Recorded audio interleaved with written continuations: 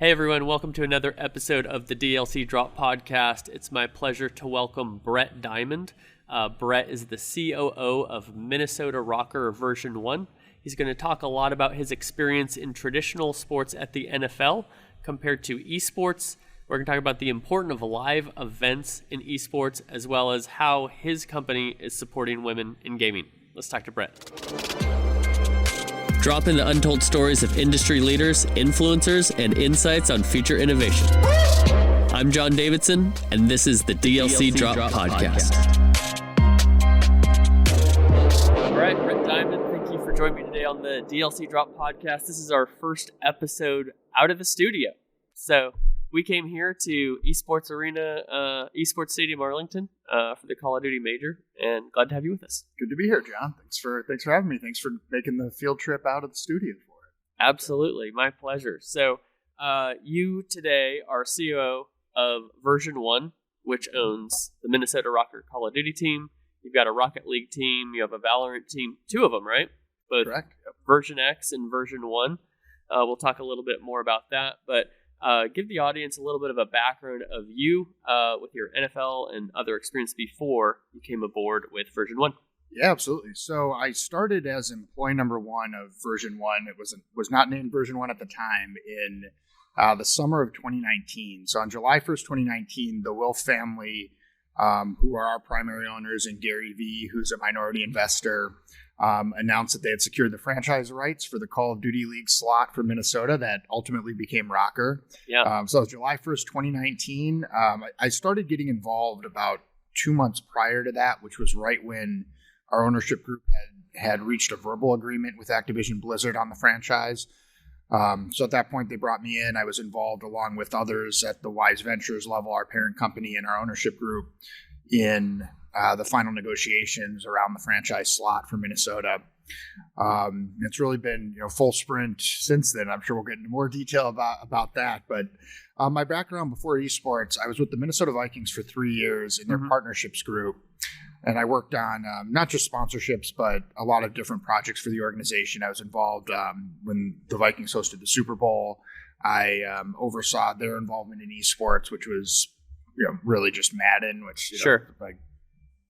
Relatively small compared to what we're into now with with RØKKR and Rocket League and Valorant. Spent 11 years in the NFL at the league level in their events department prior to joining the Vikings. So most of my experience prior to the last almost 3 years now was in traditional sports.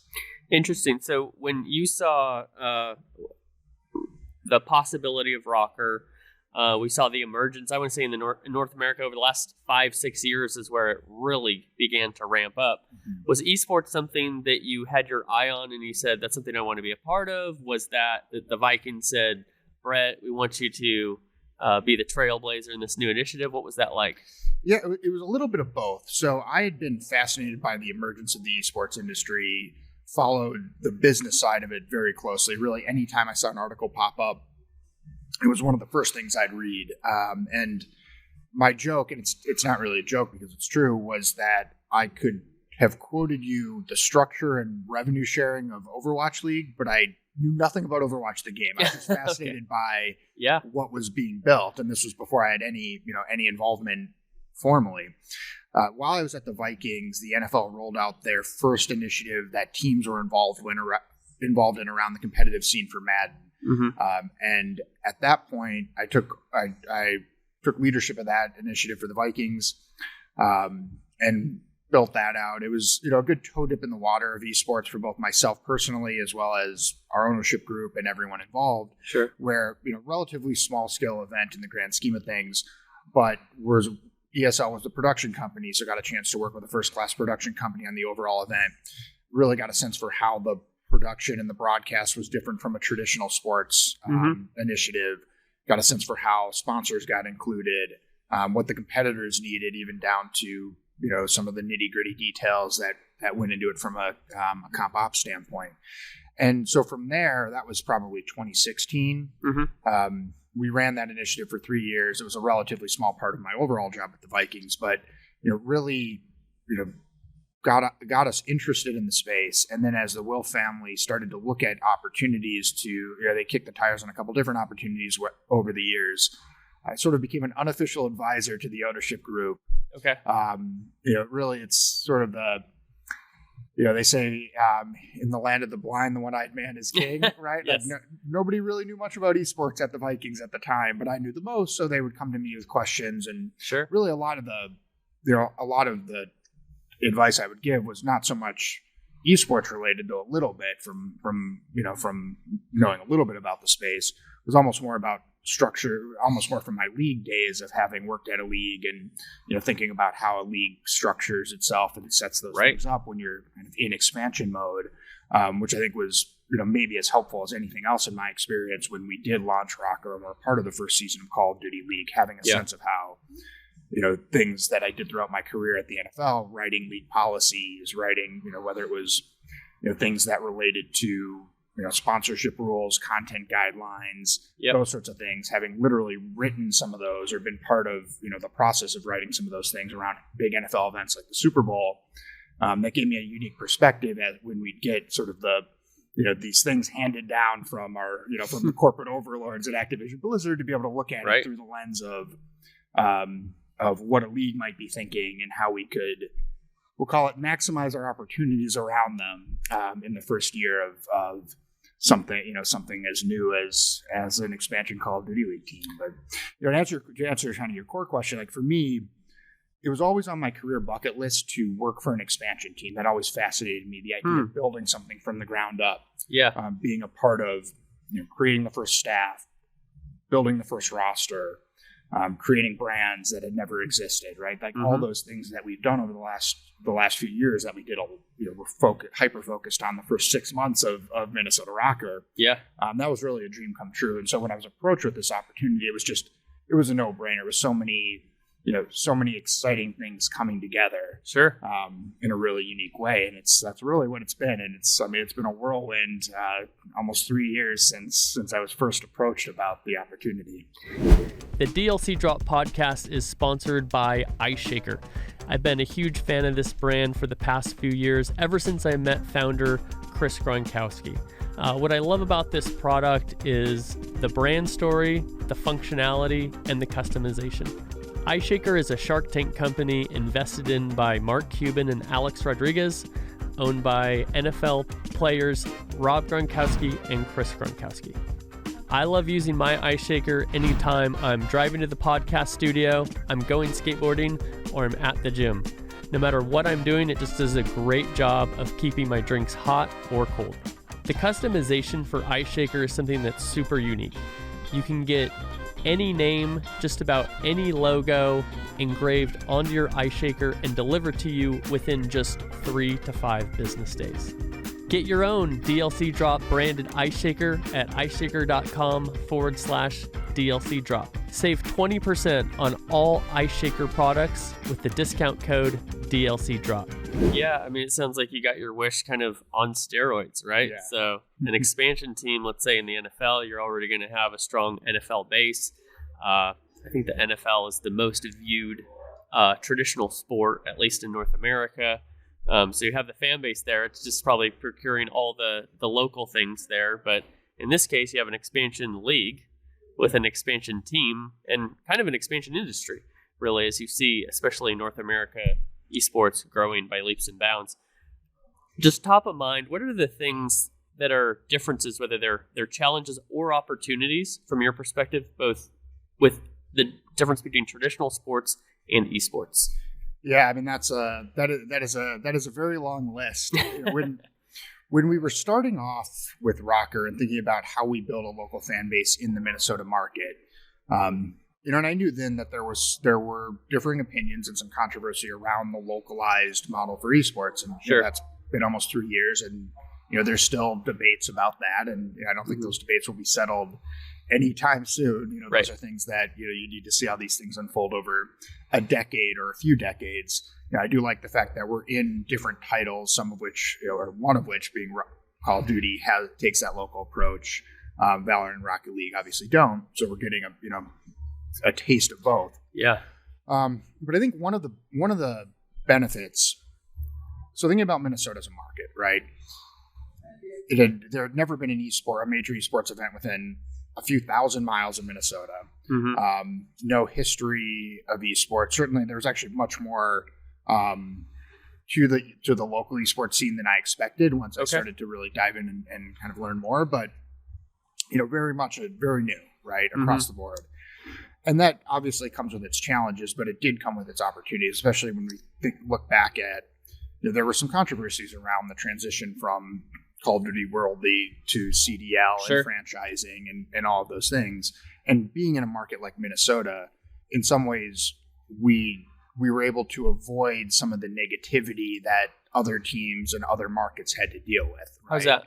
Well, there was really, for fans in Minnesota, and obviously not 100% of them, but there was almost no negativity coming from fans in Minnesota around the move to franchising, because they were just excited to have something in their backyard, right? Because now they didn't have to fly to Dallas or fly to LA or fly to one of the coasts any time they wanted to get to an esports event. It was basically just like, there will be esports here. There will be esports finally. What we've been hoping. Within a 20-minute drive.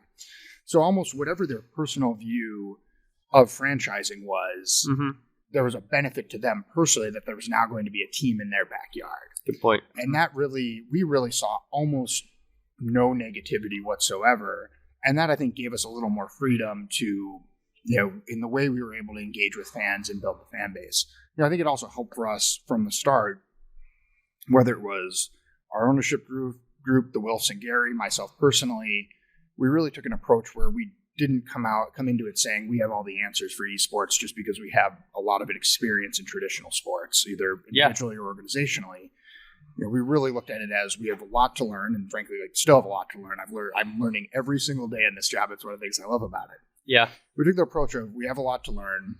We need to listen, talk to people in the space. I had a lot of conversations in the early days, including several with you that were extremely helpful and informative. And I think that that approach helped us. Frankly, I think if you come into it if you come into anything new thinking you have all the answers, you're probably going to fail just right out of the gate. Like, that's not really a recipe for success in anything, right? And this was no different. And I think from the start with the first event that we hosted, which we were fortunate to get in before global pandemic hit, we've seen an extremely positive reception from the fans in Minnesota. And, that continued. We got to continue to grow that over time, but it's been really exciting. Yeah, when you talk about know it all coming in to assume that everything in the space, I think there's a tendency for people who have this traditional business experience, traditional sports experience, maybe, to come in with more of that attitude because we have a young industry run by a lot of young people, and they understand gaming, culture, innovation, things of that nature, what the consumer is doing, but there's less of an understanding or experience with the professional business practices. And so when somebody with your background, an NFL background or a brand's marketing background could look at that, they could say, hold on, we're the adults in the room, we're coming in. And that is absolutely not something that the audience accepts, right? What has kind of been your experience from that experience? Yeah, from day one, it was really important to us to find that balance, and we've been very thoughtful about this with every position we've hired. We're now over 30 full-time staff, not including players and coaches. We have several positions that we're hiring now. So anybody listening to this or watching it, check out our website. Nice. There's some openings, or there will be soon. But it was really important to us to find that balance, and we were very fortunate to find that in the first 3 hires, and we tried to continue that as we build. It's not easy, right? There are reasons that orgs struggle with this, and there are days that we struggle with it. But our first 3 hires, I was employee number 1, traditional sports background. Ashley Glassell, Midnight, was employee number 2, was previously a content creator with Optic, was from Minnesota, just perfect. It was just like, I'm so excited talking about it, I just hit the microphone. You're good. Just perfect for what we were building. Somebody that had real credibility in the Call of Duty scene. Was coming from Optic, from Minnesota. I mean, just perfect. Couldn't have been more perfect. And for the first conversation I had with her it was just kind of an open dialogue of, I was asking her what she was interested in, wanting to get a sense of it. And she was actually looking to pivot from the content creator, from being a content creator to working more on the business and the organization side. So it was perfect.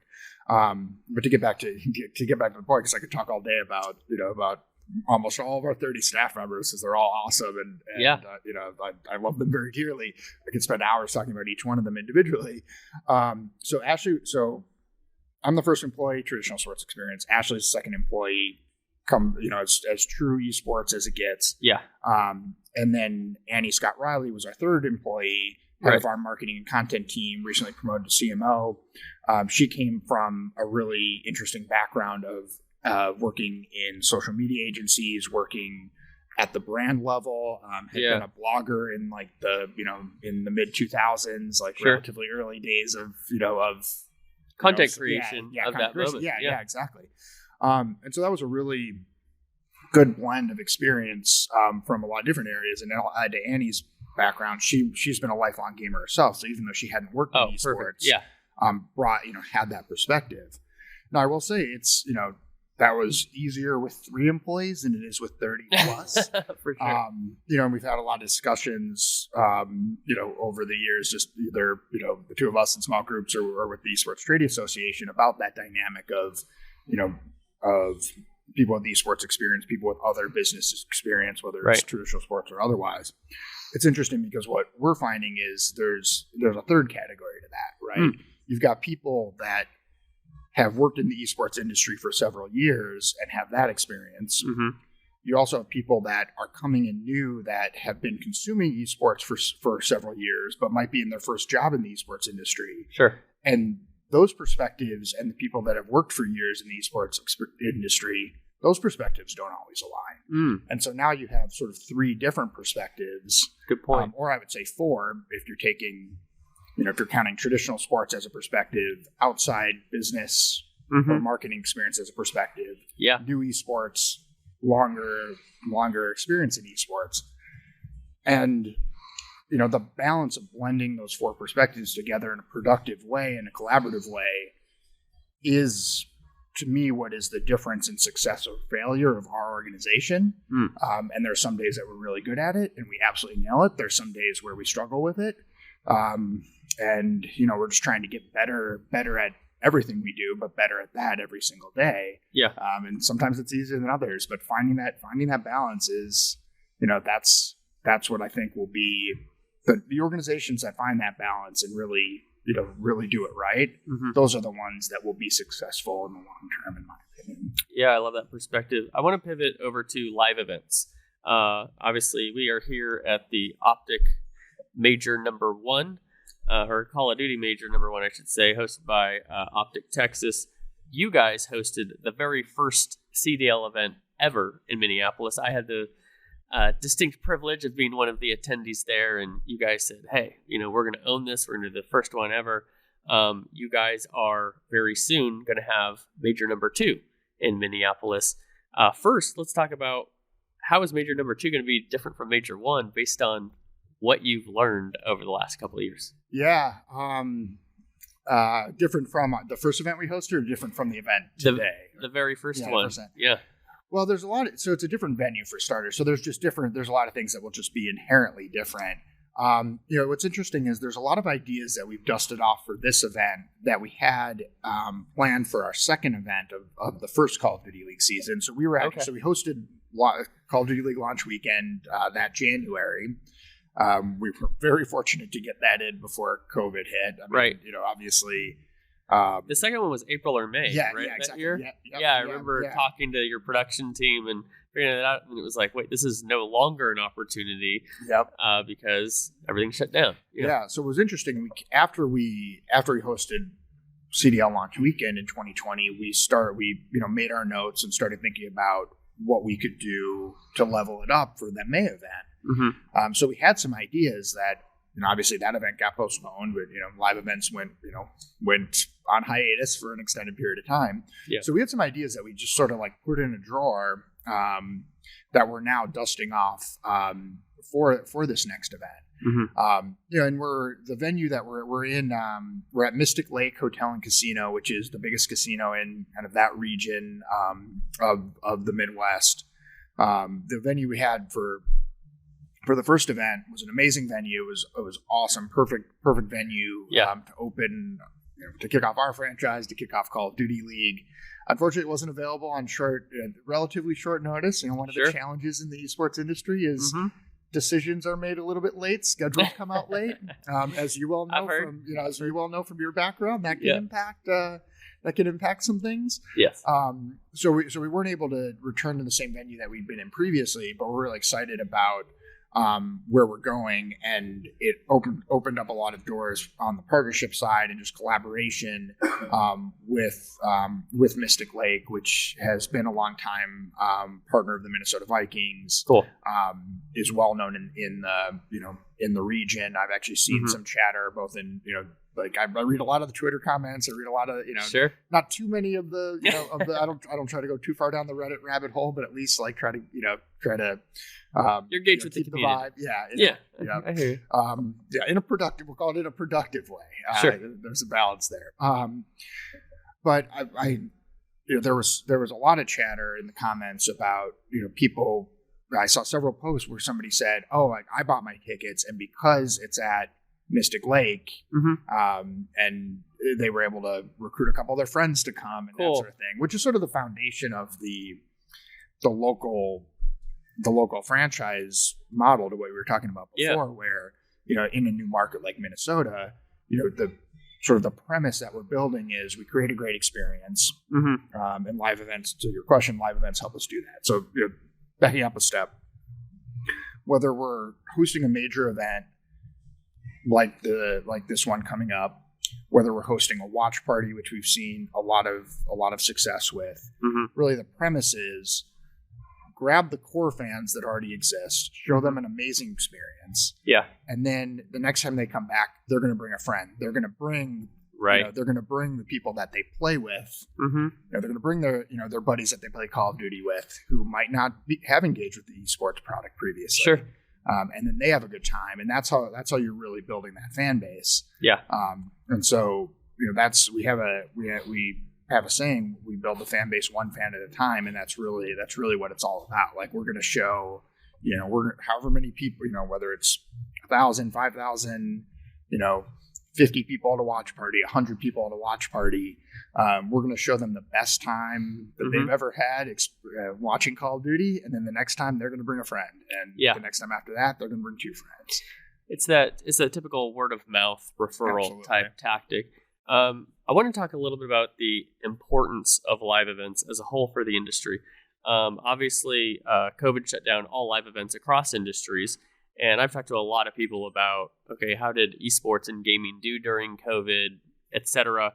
I've always said, I think gaming greatly benefited. I think esports did not benefit as much as broader gaming, but benefited from an awareness standpoint. Yes. And one of those was NASCAR doing eNASCAR. And I think a lot of traditional sports fans had esports put on their radar where it wasn't previously. Now, from a monetization standpoint, if you can't have a live event, you can't fulfill sponsorships. There's a lot of challenges there. Yeah. I'm really excited for events as a fan like today, but talk about the importance of whether it's sponsorship, fan engagement, your strategic plans as a team. What do live events mean for you, and why are they so important? Yeah, I mean, we're thrilled to be back to live events. I mean, I can't wait to get over to the venue today and just hear the Optic chants, and I can't wait for a month from now when we hear the Rokkr chants when we've got fans in our building. There's no question that the best version of this product is in person with a full arena and fans screaming and chanting. I mean, that you just can't beat it. Obviously, we're fortunate in the esports industry to have been able to continue competition during COVID and to be able to pivot to an online environment. But whether it's competitively, from a fan experience standpoint, from a business standpoint, you really need to be in person. And for us, that ability to engage with fans, as I spoke to earlier, giving fans core fans a reason to bring their friends with them is huge, right? You're not, I think about, so a Minnesota Vikings game on any given Sunday, right? You're going to have any number of people that are attending that event for different reasons. You're always going to have your hardcore fans that are, they sit up top because they like the better view, and they're keeping their own stats, and just like hardcore fans. And then you have a range of casual fans, or somebody that's going there to just have a good time, or they're going because their husband or their wife is a huge fan, and they're more there for the entertainment or the social aspect, etc. Like ultimately to build the type of fan base and the type of business that we want to, that's where this needs to get to, and we do see some of that.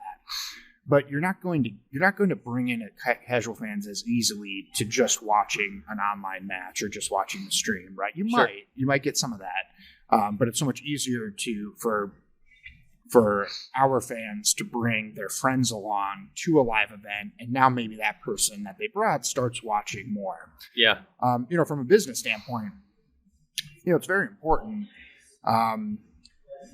Just purely from you think about the assets that a team actually controls and has, that they own and operate from a monetization standpoint. There aren't a lot of those in just kind of your typical broadcast. You've got, your, obviously jersey patches and that sort of thing. And, people can figure this out pretty easily, like by watching a broadcast where, if you see a team logo next to a sponsor logo, that there's alignment there. Like we get some of those opportunities on Call of Duty League broadcasts because it's a franchise league. We get some opportunities with Rocket League. Like we have a partnership with eFuse where their branding is on our Rocket League skin. But other than that, we don't get in broadcast assets for Rocket League. We don't get in broadcast assets for Valorant. So that limits the things that you have to offer to potential partners and potential sponsors, and the things that you can, as an organization, can monetize. When you're hosting an event, carries a lot of expense with it as well. But that is something you can really shape on your own, whether it's from a fan experience standpoint, from a revenue standpoint, from a partnership standpoint. And that's really that's the importance of it on the business side. With my background in partnerships and kind of my perspective of how brands can effectively engage the esports ecosystem, I always say you have to improve the experiences of the community, and awareness is still important. So I don't want to say that logos on a stream are not important, but oftentimes that's less effective if you have not yet helped them have a better experience in a venue, or enabled their opportunity to compete, or delivered great content, or done something in game, like you can with like those eFuse skins like you're talking about. And it just seems like with the bulk of this revenue coming from partners, if you can't effectively generate ROI because you don't have access to the live event that enables you to do so, that creates a lot of challenges, right? Yeah, absolutely. Especially for relatively young esports organizations that don't necessarily have millions of social media followers yet, right? We'll get there. We'll get there, but we don't yet have the scale that Optic has, and that that esports organizations that have been around for years have. And there's a reason they have that. They that is well earned. That the following that they have, and new organizations have to work hard to establish that foundation. It's interesting, and you asked earlier about the difference between traditional sports and esports, and that topic of being authentic for brands comes up a lot. What I find interesting about it is I do think that's important in traditional sports as well, and I think sometimes that's underrated in traditional sports. Where you're in traditional sports, you're probably, if a brand comes across as inauthentic, they're probably not going to get like called out and like punished for it the way that we see sometimes happens in the esports industry, but they're not going to be effective. Right. If they're just slapping their logo on something in traditional sports, it's not going to get them anywhere. To your point, like they need to add value. They need to create something that benefits the fans and the fan experience. Mm-hmm. And I think whether it's traditional sports or esports, if you're doing that as a brand and as a team, and an organization, it's our job to create those opportunities for the brands we partner with. Yeah. If you're doing that well as a brand, you're going to see benefit from it. Yeah. Whether you're in traditional sports or esports, obviously the importance is heightened in esports because there is, I think it's both a challenge and opportunity, right? Because fans are really zeroed in on that. Right. But if they perceive that the brand is supporting their favorite team or their favorite content creators and their favorite players, they're more likely to engage with that brand and reward that brand for the support of their team and the individuals than they are in traditional sports. And from my experience or what I've seen. Yeah, my take on it is with traditional sports, let's say the NFL, we just accept advertising around everything. We expect on the NBA, they've got that screen right next to the hoop, and if it says State Farm, it doesn't matter that State Farm isn't owned and operated by people who don't play basketball. Yep. Right? I always use the example, not too far from here, AT&T Stadium, where the Dallas Cowboys play. Albertsons is one of their many sponsors, and so they have a little mini blimp that flies around inside of the arena, and we look at that and we say, oh, that's cool. Albertsons. If we as football fans had the same perspective as gamers, we'd say, Albertsons is owned and operated by football players? What do you, what right do you have to be here? Right? And so I think that, like, at the very least, there's just an acceptance of, in a Major League Baseball stadium, the whole outfield is covered with logos. Yep.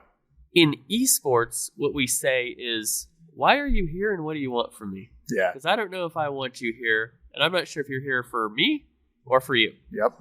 I would also argue, last point of this, but I would also argue that we as gamers and esports fans need to also understand why the brands are here for themselves, because they're not just here for goodwill. Yeah. It's a business. Yep. And so if we can understand that they need to make money when they do things right, if we can support them in that way, they'll bring more money into our space to do cooler things. Yep. Yeah, absolutely. That's well said. I think about, for example, our biggest brand partner is USAA.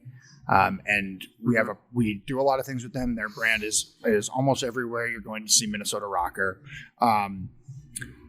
But one of the things that's really meaningful that we've created with them is our RØKKR Regiment program, where it's a military appreciation program. It's obviously focused on Minnesota, but it's not limited to that. Where fans that come from military background, whether they're active duty or retired or have family members in the military, can sign up for the program. They'll get RØKKR Regiment gear. Cool. Yeah. Though we're going to have some special opportunities for them at our event and give them the VIP treatment. And we've done some things with a National Guard unit that was deployed to Kuwait, where we helped them do a Call of Duty tournament around Thanksgiving and things Super around cool. holidays.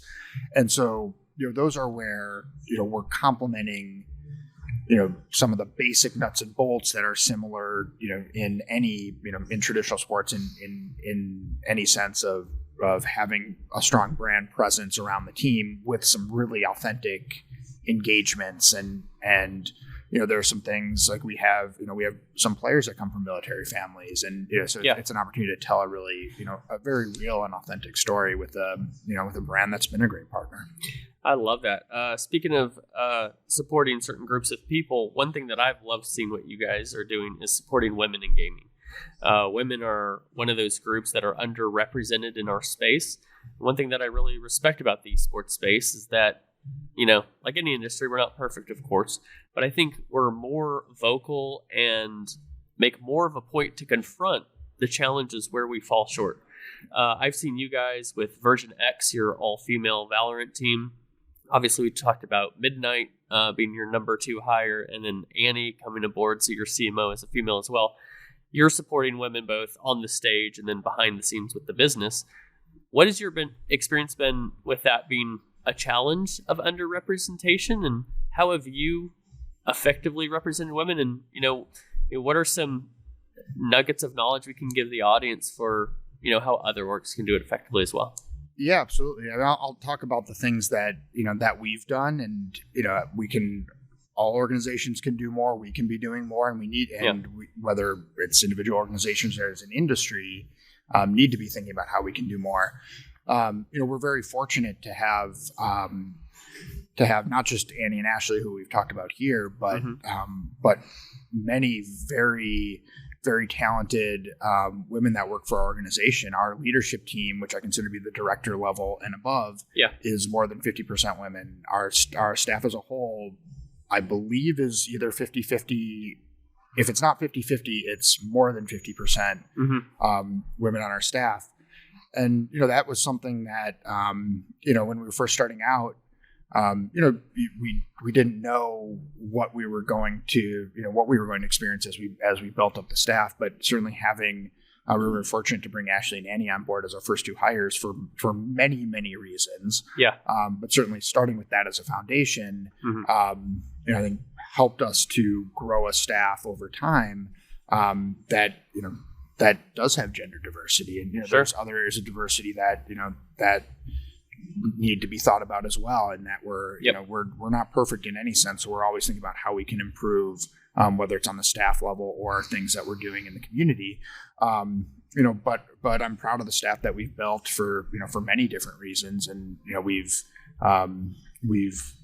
to your point on there's several programs that we've built as well, where Version X is our women's Valorant team, and I'll talk more about that in a second, because the work that Riot is doing in the space with their Game Changers program is really helping to create a great foundation that organizations can build upon.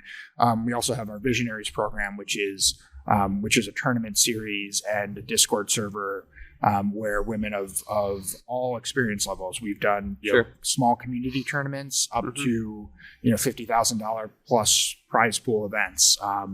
So a wide variety of different events to support the community. Yeah. You bring it back to Version X, our women's Valorant team. You think about what Riot's done with Game Changers is create a framework where it makes business sense for organizations to sign a women's team to support the women's scene. Interesting, yeah. Where there's very real strong viewership for those events. The first one is coming up in a couple weeks, and we're very excited to launch that season. We signed the Version X roster in the fall, and they only played in one tournament before kind of the off season. But we saw they were generally getting in these Game Changers tournaments, in the 10 to 15,000 plus concurrent viewers, which those are real numbers. Like those are, not far off from events that are considered to be, very successful. So again, it's created a framework where many organizations were looking to sign rosters, and then there was competition, and then that drives salary growth. And for us with Version X, we talked before we pursued signing a roster. We had a conversation internally where there was a discussion of is a women's only league the right way to show support for the women's scene? And there were differing opinions, and I think it's one of the where the fact that we have a leadership team that is over 50% women, we had a lot of different voices. It wasn't just one voice speaking on behalf of all women everywhere, right? I was curious. That was my next follow-up question is, how do you come to the conclusion of that decision? Because I used to, my previous perspective was there's like in traditional sports, we see separate leagues for men and women, right? And there's nothing that's separating women from men in esports to be able to compete on the same level. I interviewed a female content creator named Melanie Mack, who's a good friend of mine now, and we talked about this. And she said, "Well, us women are more comfortable, at least to start, just playing with other women." Because the toxicity that you can experience, especially online, isn't there. Also, you have more seats for women. If you're going to do men and women on the stage, there's just simply fewer seats for people to play, right? And so what was kind of some of the deciding factors for you? Yeah, I mean, a lot of it was almost exactly what you just described, right? Where ultimately it came down to signing rosters and giving the opportunity is a first step. Yeah. And we all want to get to a place where, where there are truly co-ed teams that are competing at the highest level in all of these leagues that we're in. The sense after a lot of discussion was the best way to support the women's scene is to sign a roster, sign them to salaries that allow them to quit their day jobs that are, probably more than the average salary for like their age bracket in just kind of a typical job for people that that of that age. In our case, 4 of the 5 players moved to Minnesota. We pay for their housing. They have a scrim room in our practice facility. We really talked a lot about 2 things internally when we were having the discussion. Is one, we want to provide the same level of support as an organization to this team that we would to any of our competitive teams. Right. And then number 2, and this was really important, like we talked about amongst our leadership team, like, hey, if we're not going to be as personally invested in this individually and collectively, like if we're not going to live and die with every match, every map with this team the way we do with RØKKR, and at that point we had the Rock League team and Version1 Valen already. Like if we're not going to be screaming and yelling and cursing at the screen, just like we do with all our teams, we're not getting into it. And that was really important, and that's absolutely been true. And like all of our staff, like we get pumped up when Version X plays, just like we do when Version1 Valorant plays or when RØKKR plays today. And so at the end of the day, it's a first step, right? And more steps to come, but the fact that there are now several orgs that have signed women's Valorant teams, and I think the CS is probably the other esport where it's the most common. We're not in the Counter-Strike scene, so I'm not as familiar with it. Yeah. But to your earlier question, that's where the opportunity is. Hopefully that continues to grow over time. I'd like to see. I'd like to see more support from the women's scene from Activision Blizzard and Call of Duty, and we're thinking about how as an organization we can be a productive part of that. Yeah. Well, as we're talking about supporting the esports industry in a variety of ways, one of the ways that you and I are both doing this is through the Esports Trade Association, where I happen to be board chair, and you've recently joined our advisory board. I'd love to just get your thoughts on a couple things. Number one, what is the need for an association like this to represent the broader interests of the industry in your mind? Yeah, I mean, for one, it's just been great to be a part of it and get to meet more people in the industry. And I think you've done a great job of bringing together a good cross-section of individuals from different experiences, as you alluded to earlier. What's interesting about esports is, the first thing I tell somebody that doesn't know anything about esports is it's not one thing, right? It's many different ones, and there's just it's not like sports. This is what I always say is, we say, have you reached the esports enthusiast or the esports market? We don't say, have you reached the sports market? It's 7 billion people globally, right? We say soccer fans, football fans, baseball fans, basketball fans. Yeah. Yep, exactly.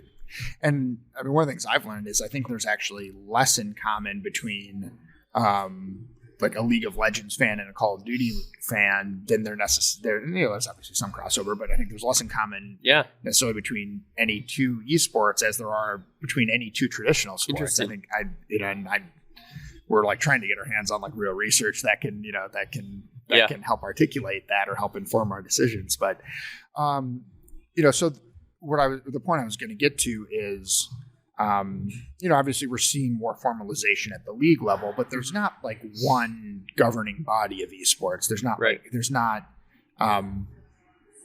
existing things where you have everybody, like the authority on esports comes together. And I don't know if that, that's not necessarily what you're trying. Yeah, it's more serve and support, not regulate and be an authority, but across all leagues, all teams, and globally, recognize the challenges and bring the right people together, both inside the industry and outside of the industry. And a lot of these people can't talk to each other. Yeah. They need each other, but they struggle to communicate. ESTA is that bridge. Yeah. So that's what we seek to do. yeah, I love it. And I think it's been really productive for myself and Janet Johnson, our director of partnership activation, who's also an advisory board member. We first of all really appreciated the invitation, right? And that honestly meant a lot to me because you're someone that I took advice from very early when I took this role and on my esports journey. So it meant a lot to me personally when I was invited to be on the advisory board. But it's been great for our organization to just be able to come to the events, whether they're in person. The conference was awesome in Chicago last year, and looking forward to that one again this year.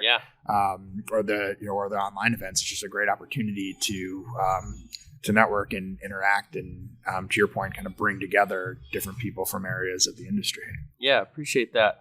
As we wrap up this episode, what can we look forward to from RØKKR, V1, Version X, all your teams, the organization as a whole? What would you like to share with the audience? Yeah, I mean, this period of time has been as exciting of a call it a 4 to 6 week period as any in our brief history of our organization. Right, we're about to host the second major of the Call of Duty League season. Our Rocket League team was in the winter major for I guess depending on the timing of this. Right. Depending on the time of the episode, it's probably just competed in the winter major. But so we've got RØKKR hosting Call of Duty League major. We've got the Rocket League team playing in an international major as one of 5 teams to qualify from North America. The Valorant team is in the competition to be a top team in North America and competing for international events. Version X Valorant is kicking off their season. So for us, we're at a point where we've built strong competitive rosters in all of our titles. We've seen success in building a local fan base with RØKKR. We feel like Version1 as a brand is starting to resonate. We're trying to do more to engage fans across the board, as well as build a business around all of it. And it feels like after, 2.5 years of, laying the foundation and then dealing like everybody else with just, the craziness of navigating, the zombie apocalypse. It feels like we're finally at a point where we're able to really build what we're trying to build in the way that we've wanted to from day one. And, a lot of that's the result of, the staff that we've put together and some of the really great people that work at Version1. So, I mean, I couldn't be more excited about, whether it's the next, the next few weeks, which are going to be awesome for our organization, as well as the rest of this year and beyond. It's pretty exciting. That's awesome. I'm excited to, in mere moments here after this recording, we're going to go watch your team compete. And I'm excited to see what you guys are going to do all weekend here. I suppose as far as people following you, whether it's personally, whether it's professionally, what are the best ways for people to stay in contact with you? Yeah, so for the teams, we're RØKKR on most socials, RØKKR. Version1 GG is the parent org. Myself personally, Diamond Soda. Diamond_soda on Twitter. It's mostly Twitter. I consume a lot of content. What's on the backstory behind the honestly, I was not super active posting on social media before I had this role. And I needed a new name, and I was like I was thinking about it.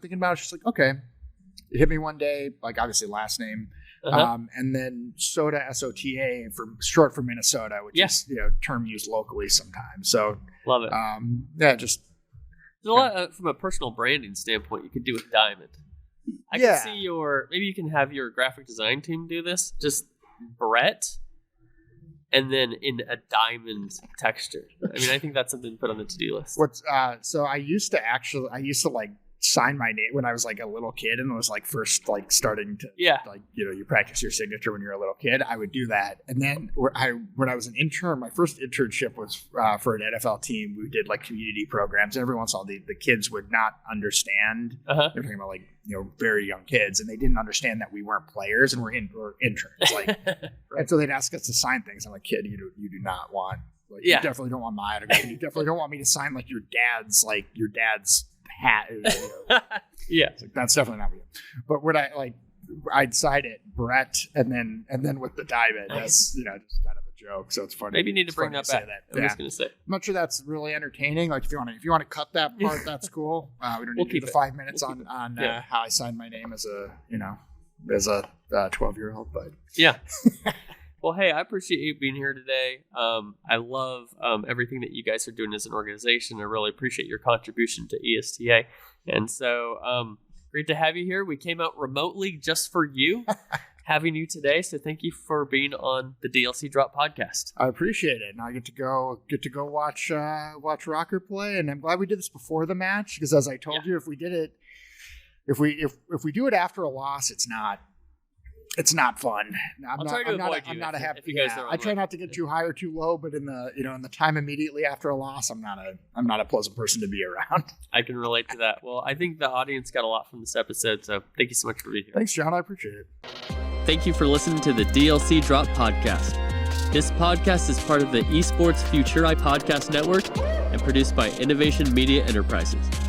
Make sure you subscribe on your favorite podcast channel and leave us a review.